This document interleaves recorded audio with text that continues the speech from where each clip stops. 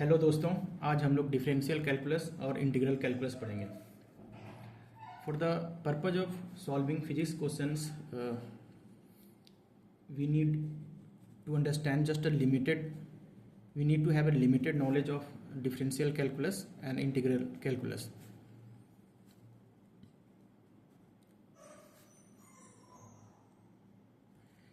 It is said के ये ऐसा कहा जाता है कि न्यूटन ने डिफरेंशियल और इंटीग्रल कैलकुलस ही gave it to us. So let us start to understand what really is differential calculus. First, for that we need to understand the difference between average speed and instantaneous speed.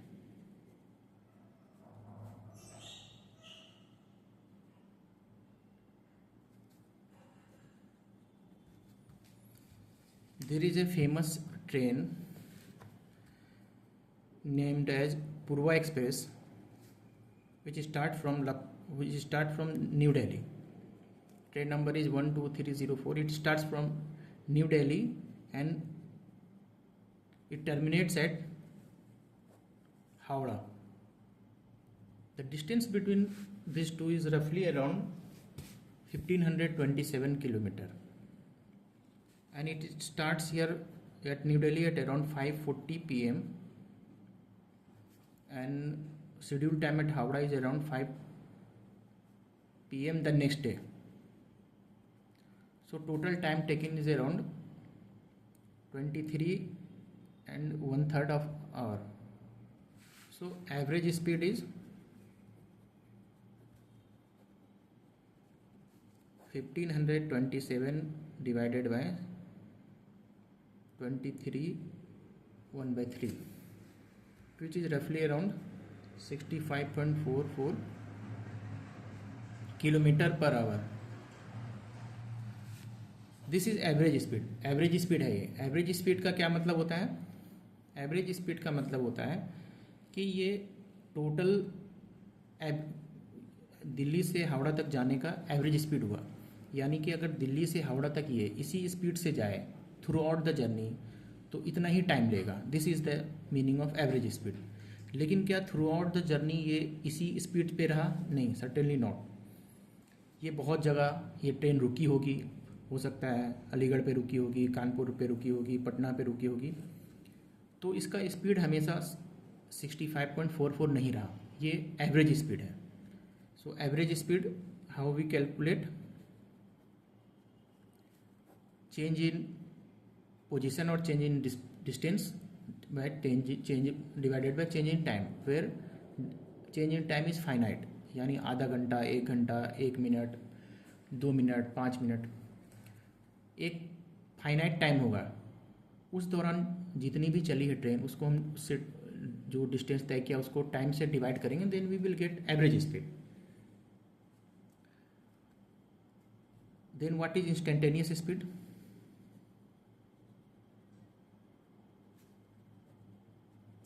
जो speedometer में show करता है, the reading that we see in the speedometer, like in our car, in bus, in train or in scooter, bike, जो speedometer लगा हुआ होता है that shows instantaneous speed. So what is instantaneous speed? Average speed एक finite interval के बीच में calculate किया जाता है. इंस्टेंटेनियस स्पीड होता है which is the speed at particular instance. Now, how to calculate instantaneous speed or instantaneous velocity? ये इसमें हम जो डेल्टा टी है यानी जो चेंज इन टाइम है वो बहुत ही छोटा कर दिया जाएगा. बहुत ही छोटा. कितना छोटा? बहुत ही छोटा. अगर हम इसको मैथमेटिकली बताऊँ मैं, तो अगर हम लिमिट लगा दें जिसमें delta t tends to 0, delta x upon delta t, then this it would be dy over dx, and this is instantaneous speed or instantaneous velocity. V instantaneous at particular instant t. तो this is highly conceptual, यानी delta T here is just more than 0, is certainly more than 0 but just more than 0, more than 0 but just more than 0.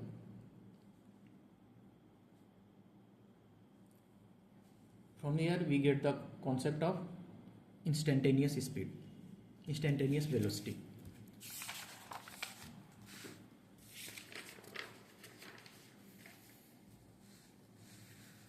The differential calculus that we need to study for solving the questions in NEET and G or even in class 11 and 12, उसके लिए हमें we need to understand differential calculus as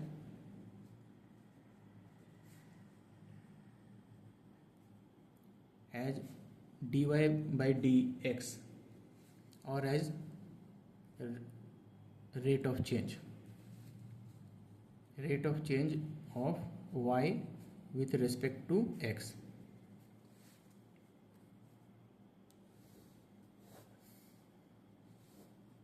At any point the dy over dx we need to calculate.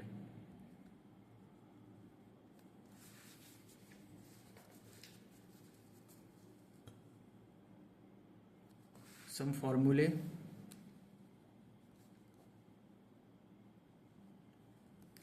हमें कुछ फॉर्मूले को याद करना है. If y is equal to x to the power n, dy over dx is equal to dx to the power n upon dx is equal to n x to the power -1. ये सबसे ज़्यादा important है, इसे हमें याद रखना है. Similarly अगर हम sin x को डिफ्रेंशिएट करें with respect to x, we will get cos x. इस तरह से सारे भी बहुत सारे फॉर्मूले हैं. Like if we differentiate tan x with respect to x, we will get sec square x. Some very other important, if ex को हम लोग डिफ्रेंशिएट करते हैं dx से तो it remains unchanged. ये बहुत ही इंपॉर्टेंट है, इसे याद रखना है. अगर ln x को हम लोग डिफ्रेंशिएट करते x, then we get 1 upon x. Some operations like अगर कोई कांस्टेंट है और हमें डिफ्रेंशिएट करना है तो कांस्टेंट बाहर आ जाएगा और वी डिफ्रेंशिएट y. सिमिलरली अगर दो फंक्शन है और दोनों को डिफ्रेंशिएट करना है तो हमें अलग अलग डिफ्रेंशिएट कर देंगे.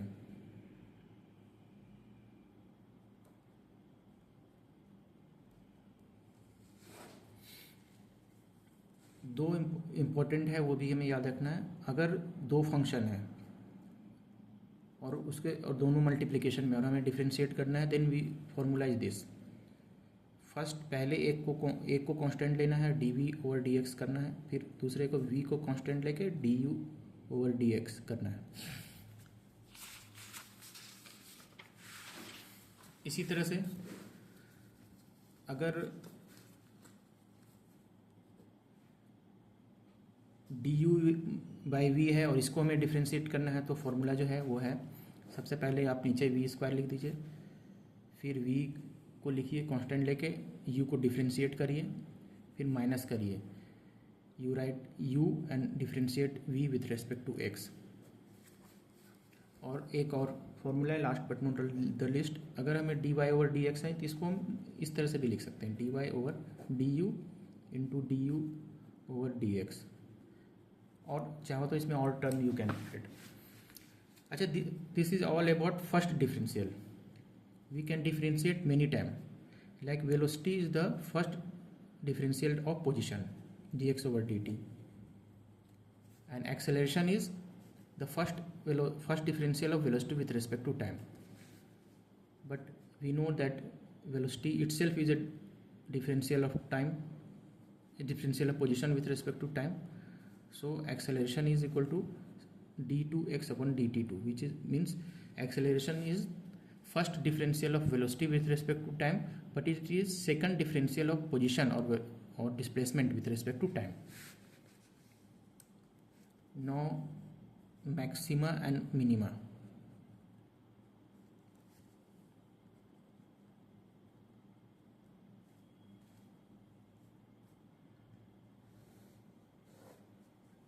suppose this is the curve, so here we can easily say that this is the point of maxima, यानी curve which gains maximum height, और this is the point of minima. तो यहाँ जो हाइट जो point होगा maxima का, वहाँ पे dy over D X will always भी जीरो, और मिनिमा पे dy ओवर डी एक्स कितना होगा, यहाँ पे भी जीरो होगा, क्योंकि जो at the point of maxima and और at the point of minima, if आप बहुत ही अगर closely you will see, then the curve is flat at this particular at that particular point. So जहाँ पे फ्लैट हो जाएगा obviously dy over D x zero हो जाएगा. फिर दोनों में डिफरेंस क्या है? Difference is about second differential. If you take second differential, then it will at the maxima it will be less than zero, and at the minima it would be more than zero, क्योंकि यहाँ पे curve downward होता ही रहता है, तो it would be less than zero. यहाँ पे curve upward होता है, तो second differential would be more than zero.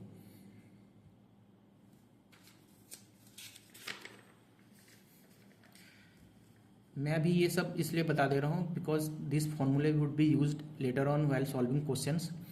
इसको you should go on and remember all the फॉर्मूले, and then when we will solve the question, जब हम लोग क्वेश्चन को सॉल्व करेंगे तो ये सारे फॉर्मूले यूज़ करेंगे. तब मे बी के अभी कॉन्सेप्ट्स उतने समझ में नहीं आ रहे होंगे, लग रहा होगा क्या है ये समझ में नहीं आ रहा है, लेकिन जब हम लोग we will solve the question then concept would be clear and we would be able to remember फॉर्मूले. Now integral calculus.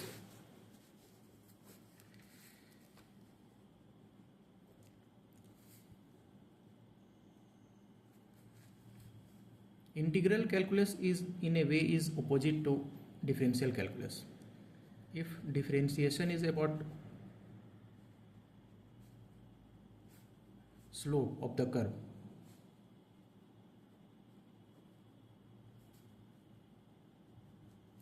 integration is about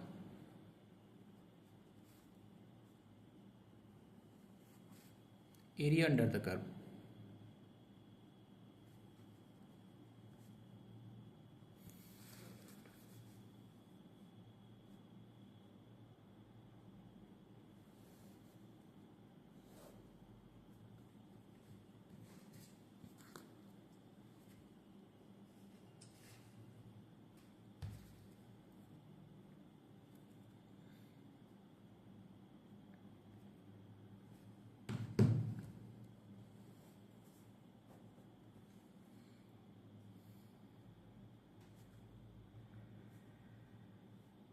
If this is the curve and y here is equal to is a function of x and this is x, then area under the curve would be area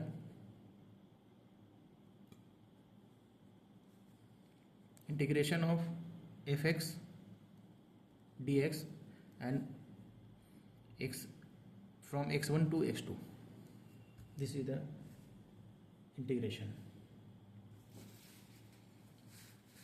ये भी इसका भी when we will solve question then concept would be clear, but we should remember many formulae.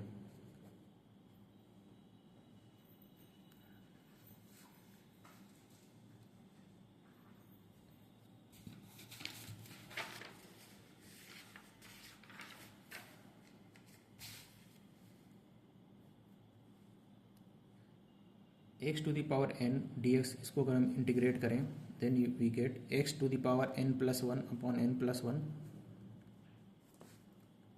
If we integrate sin x dx, we will get minus cos x. If we integrate cos x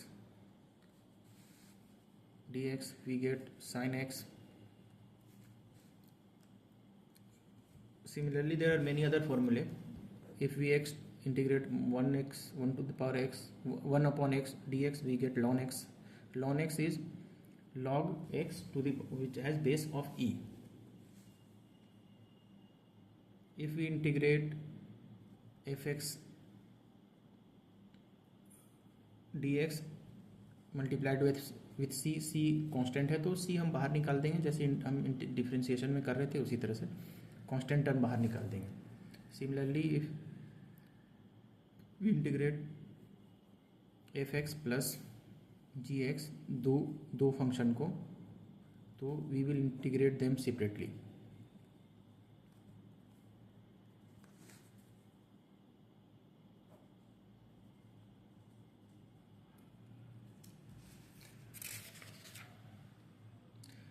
That's all. We will, in the next video we will cover the remaining part of the chapter, and then we will solve the problem. Thank you.